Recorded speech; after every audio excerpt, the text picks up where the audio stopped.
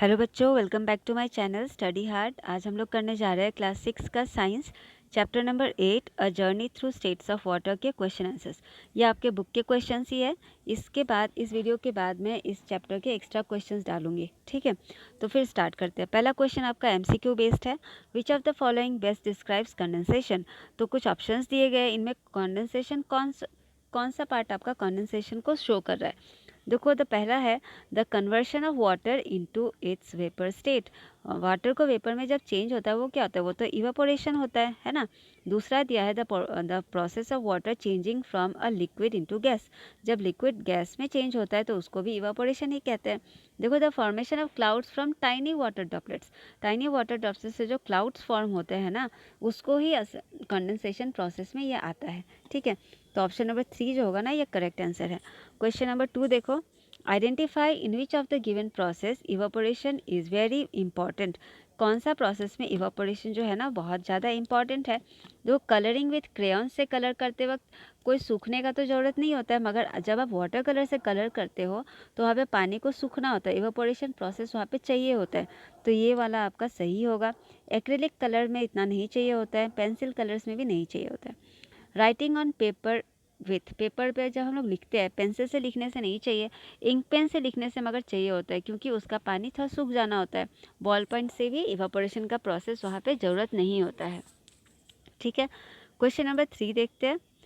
We see green colored plastic grass at many places these days. Space around natural grass feels cooler than space around plastic grass. Can you find out why? आपने देखा होगा कि आजकल क्या हो गया है कि नेचुरल ग्रास की जगह बहुत लोग मतलब प्लास्टिक के ग्रास मतलब अपने गार्डन में यहाँ लगाने लगे, ऑफिस के बाहर लगाने लगे। तो बता रहे कि नेचुरल ग्रास के सामने हम लोग को असल में थोड़ा कूल फील होता है, मगर प्लास्टिक ग्रास पे आप खड़े होने से आपको थोड़ा भी कूलिंग फील थोड़ा भी नहीं होगा। ऐसा क्यों होता है? देखो, नेचुरल ग्रास में क्या होता है कि आप लोग को पता है कि पत्तों में क्या होता है, ट्रांसपीरेशन होता है। जो एक्स्ट्रा वाटर होता है ना, वो पत्तों पे आ जाते हैं, है कि नहीं। फिर जब और फिर सुबह के टाइम में क्या होता है, मॉर्निंग ड्यूज़ भी आते हैं, ओस की बूंदे कहते हैं ना, वो आते हैं। फिर सनलाइट के कारण या फिर सनलाइट नहीं भी होने से रूम टेम्परेचर में भी क्या होता है, वहाँ पे इवापोरेट हो जाता है पानी, ठीक है। वो जो ड्यूज़ होते हैं या फिर ट्रांसपीरेशन का वाटर होता है वो इवापोरेट हो जाता है। जहाँ पे भी आपका इवापोरेट होने से क्या होता है, साइड के जो ठंडे हवा होते हैं ना, वो जाके सरफेस पे लग जाते हैं। वहाँ पे उसको जगह फिल कर देते हैं जहाँ पे इवापोरेशन होता है। तो इसके कारण वहाँ पे कूलिंग इफेक्ट आता है। तो इसीलिए जब प्लास्टिक के ग्लास में तो ऐसा कोई ड्यू आता नहीं है, मॉर्निंग ड्यूज़ भी नहीं आते, उसकी बूंदे नहीं आते ना, वहाँ पे कोई ट्रांसपीरेशन होता है। इसके कारण वहाँ पे हमें कूलिंग फील नहीं होता है, ठीक है। नेक्स्ट क्वेश्चन देखते हैं। Question number 4, give examples of liquids other than water which evaporate. आपको कुछ एग्जांपल्स देने हैं जो कि ऐसे लिक्विड्स के जो कि इवेपोरेट होते हैं। तो क्या हो सकता है, जैसे कि examples of liquid other than water which evaporate are sanitiser, है ना, परफ्यूम, पेट्रोल, मिल्क, ये सारे आपके इवेपोरेट हो जाते हैं। Question number 5, fans move air around creating a cooling sensation. जब पंखा घूमता है तो आसपास ठंडे मतलब उसका एटमॉस्फेयर आसपास कैसा हो जाता है, ठंडा हो जाता है ना, कूलिंग सेंसेशन आता है। It might seem strange to use a fan to dry wet cloth since fans usually make things cooler not warmer. तो ये मे भी स्ट्रेंज ऐसा लग सकता है कि हम लोग कभी कभी क्या होता है, जब बाहर बारिश दे रहा होता है तो घर में कपड़े फ़ैन के नीचे रख देते हैं सूखने के लिए। तो ये थोड़ा स्ट्रेंज नहीं हो गया कि फ़ैन घूमने से तो ठंडा फील होता है, तो क्या ठंडा में भी कपड़ा सूख जाता है ना। तो normally when water evaporates it requires heat. मगर वाटर जब इवापोरेट होता है वहाँ तो हीट चाहिए होता है, मगर फ़ैन तो कोल्ड एयर देता है, तो वहाँ पे कपड़े कैसे सूख जाते हैं, है ना। आपका राय इसके बारे में क्या है, आप क्या सोचते हो? देखो, the rate of evaporation increases when air is moving. जब इवापोरेशन का जो रेट होता है ना, जब एयर बहुत जल्दी जल्दी मूव करते हैं ना, तो वहाँ पे भी इवापोरेशन जो होता है ना वो फास्टर हो जाता है। तो आपने बुक चैप्टर एक्सप्लेनेशन में हमने पढ़ा था ना, बहुत सारे कंडीशंस थे इवापोरेशन को जो इफ़ेक्ट करते हैं। उनमें से एक ये भी था कि जब एयर मूवमेंट जब ज़्यादा होता है तो भी रेट ऑफ इवापोरेशन जो होता है ना वो ज़्यादा हो जाता है, जिसके कारण जब फ़ैन घूमता है, fan increases evaporation by moving air around which helps water evaporate faster. जब फ़ैन ज़ोर ज़ोर से घूमने लगता है तो वहाँ के एयर भी जल्दी जल्दी घूमते हैं, जिसके कारण इवापोरेशन होने लगता है जल्दी से, है ना, और कपड़े ड्राई हो जाते हैं। नेक्स्ट क्वेश्चन देखो, usually when sludge is removed from drains it is left in heaps next to the next to the drain for 3-4 days. जैसे कि इसको स्लज कहते हैं, ठीक है। ऐसे करके आपने देखा होगा कि नाले के बाहर इस तरह से जब नालियाँ साफ़ करते हैं तो ये जो कचरा होता है ना, इस कचरे के ढेर को स्लज कहते हैं। इसको बाहर निकाल के जिस दिन निकालते हैं उसी दिन इसको नहीं हटाया जाता है वहाँ से, उसको 3-4 दिनों के लिए रख दिया जाता है। तो यहाँ पे दिया है देखो, this approach reduces transportation cost of sludge and enhances safety of individuals handling it. बोलते हैं कि इस तरह से अगर स्लज को 3-4 दिन के लिए रख दिया जाए, इससे ट्रांसपोर्टेशन का खर्चा बचता है और जो इंडिविजुअल्स इसको उठाते हैं इधर उधर ले जाते हैं उनके लिए भी ये हैंडलिंग करने में आसानी होता है, ले जाने में। ऐसा क्यों होता है, आप क्या समझते हो, ये पूछा है। देखो, the sludge remove from the drain is wet. वो क्या होता है, भीगा होता है, क्योंकि वो तो ड्रेन से निकाला जाता है ना, जो कचरा निकालते हैं भीगा हुआ होता है। And leaving them next to the drain for 3-4 days. उसी ड्रेन के बाद साइड में 3-4 दिनों के लिए अगर हम उसे छोड़ देते हैं तो इस कचरे में जितना पानी होता है ना, वो वेपर बन के उड़ जाता है, जिसके कारण ये कचरा क्या हो जाता है, थोड़ा सा सूख जाता है, ड्राई हो जाता है, जिसको ड्राई होके ये थोड़ा सा लाइटर हल्का हो जाता है, मतलब कैरी करने के लिए इजी हो जाता है और इसको ट्रांसपोर्टेशन में आसानी होता है। As a result transportation cost भी कम जाता है, रिड्यूस हो जाता है, ठीक है। नेक्स्ट क्वेश्चन देखते हैं, question number 7।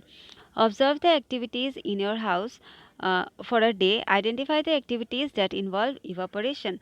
How does understanding the process of evaporation helps us in our daily activities?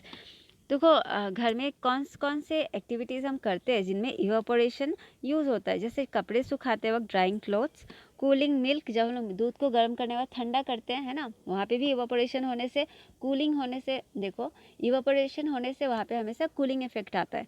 तो जब दूध ठंडा करते हैं तो वहाँ पे भी कूल हो जाता है दूध।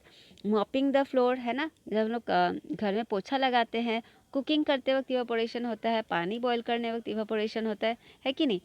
और फिर पूछा next question, how does understanding, अगर हम इवापोरेशन को, लॉजिक को अच्छे से समझ जाए तो ये हमें कैसे हेल्प करता है। तो हमें अपने काम को इजीली और भी स्पीडली करने में हेल्प होता है। हमें समझ में अगर आ गया कि इवापोरेशन किन किन कंडीशन से इफेक्ट होता है, मान लो फैन चलाने से, मूविंग एयर करने से, मतलब इवापोरेशन तेज़ होगा तो हम फ़ैन चला देंगे, है कि नहीं। सनलाइट में रखने से इवापोरेशन तेज़ होता है तो हम कपड़े धूप में सुखाएंगे। तो इस तरह से हमारे लिए ये कंफर्टेबल कर देता है हमारे लाइफ को। देखो, understanding the process of evaporation help us to speed up this process. इन प्रोसेस को स्पीड अप कर देते हैं और it improves efficiency and comfort in daily life. हमारा डेली लाइफ और भी कंफर्टेबल हो जाता है। क्वेश्चन नंबर 8 देखो, how is water present in solid state in nature. तो वाटर सॉलिड स्टेट में नेचर में किन किन तरहों से प्रेजेंट होता है कि नहीं। तो आंसर देखो, water exists in the solid state in nature. कैसे, ग्लेशियर्स के रूप में, आपने देखा होगा ना टीवीज़ में, बर्फ़ के जो पहाड़ होते हैं वो, फिर स्नो की तरह, फ्रॉस्ट की तरह, आइस कैप्स, जो बहुत बड़े माउंटेन्स के ऊपर में जो स्नोज़ के एकदम कैप्स जैसे बने होते हैं ना, वो हेल हो गया आपको, जो ओले गिरते हैं ना पत्थर जैसा जब बारिश देता है, वो, ये सारे वाटर जो है ना वो सॉलिड स्टेट में है। ये सारे वाटर ही है मगर वो सॉलिड स्टेट में होते हैं। Next question, reflect on the statement water is our responsibility before it is our right, share your thoughts. तो आपको पूछा है कि वाटर जो है ना ये हमारा रेस्पॉन्सिबिलिटी है, इससे पहले कि ये हमारा अधिकार होने से भी ज़्यादा हमारा रेस्पॉन्सिबिलिटी है। ऐसा क्यों है, देखो, the statement water is our responsibility before it is our right states that, बताता है कि वाटर जो है ना हर इंसान का बेसिक ह्यूमन राइट है, as it is essential for, क्योंकि हम कोई भी इंसान बिना पानी पिए तो नहीं रह सकता है ना, essential for drinking and other daily activities में पानी हमें चाहिए। But with the rise of population, मगर जैसे जैसे पॉपुलेशन बढ़ने जा रहा है, द डिमांड पानी का भी वो भी इंक्रीज़ हो रहा है। देयरफॉर हमें पानी को वाइजली यूज़ करना चाहिए और हमें कभी भी इसको वेस्ट नहीं करना चाहिए, ठीक है। Therefore, it is necessary to use water wisely and avoid wasting it. इस तरह से आप लिखोगे। Next question, question number 10, the seat of a two-wheeler parked on a sunny day has become very hot, how can you cool it down. मान लो एक two wheeler है, मान लो bike है, स्कूटर है, जो भी है, वो बाहर धूप में रखा हुआ था, तो और उसका सीट क्या होगा, बहुत गर्म हो गया, तो आप उसको ठंडा कैसे करोगे। The hot seat of a two wheeler parked on a sunny day can be cool down by, हम लोग क्या करेंगे, उसमें स्प्रिंकल कर देंगे पानी स्प्रिंकल करने से क्या होगा, पानी वेपर बन के जो सीट का गर्म होगा ना उसको मतलब उड़ जाएगा, है ना, गर्माहट एक साथ वेपर बन के जो पानी है ना वो उड़ जाएगा, जिससे क्या होगा, वहाँ पे जहाँ पे इवेपोरेशन होता है वहाँ पे कूलिंग इफेक्ट आ जाता है, तो सीट क्या हो जाएगा, वो सीट का जब हीट जब एब्जॉर्ब होकर वो उड़ जाएगा तो सीट क्या हो जाएगा, सीट तो ठंडा हो जाएगा। तो इस तरह से हम लोग उसको ठंडा कर सकते हैं। तो इस चैप्टर के क्वेश्चन आंसर्स इतने ही थे। आगे के जो क्वेश्चंस, जो और भी 3 क्वेश्चंस एक्स्ट्रा क्वेश्चंस जो बुक में दिए गए, उसको मैं नेक्स्ट वीडियो में डाल दूँगी, आप लोग ज़रूर से देख लेना, ठीक है। आप लोग को एक्सप्लेनेशन अच्छा लगा, आप लोग को चैप्टर का एक्सप्लेनेशन अच्छा लगा तो मेरे चैनल को प्लीज़ सब्सक्राइब कर देना, अपने दोस्तों के साथ शेयर करना, लाइक करना और कमेंट करके बताना कि और भी मैं किन चैप्टर्स पे बनाऊँ वीडियोज़, आप लोग मुझे कमेंट करके बता सकते हो, ठीक है। Thank you for watching.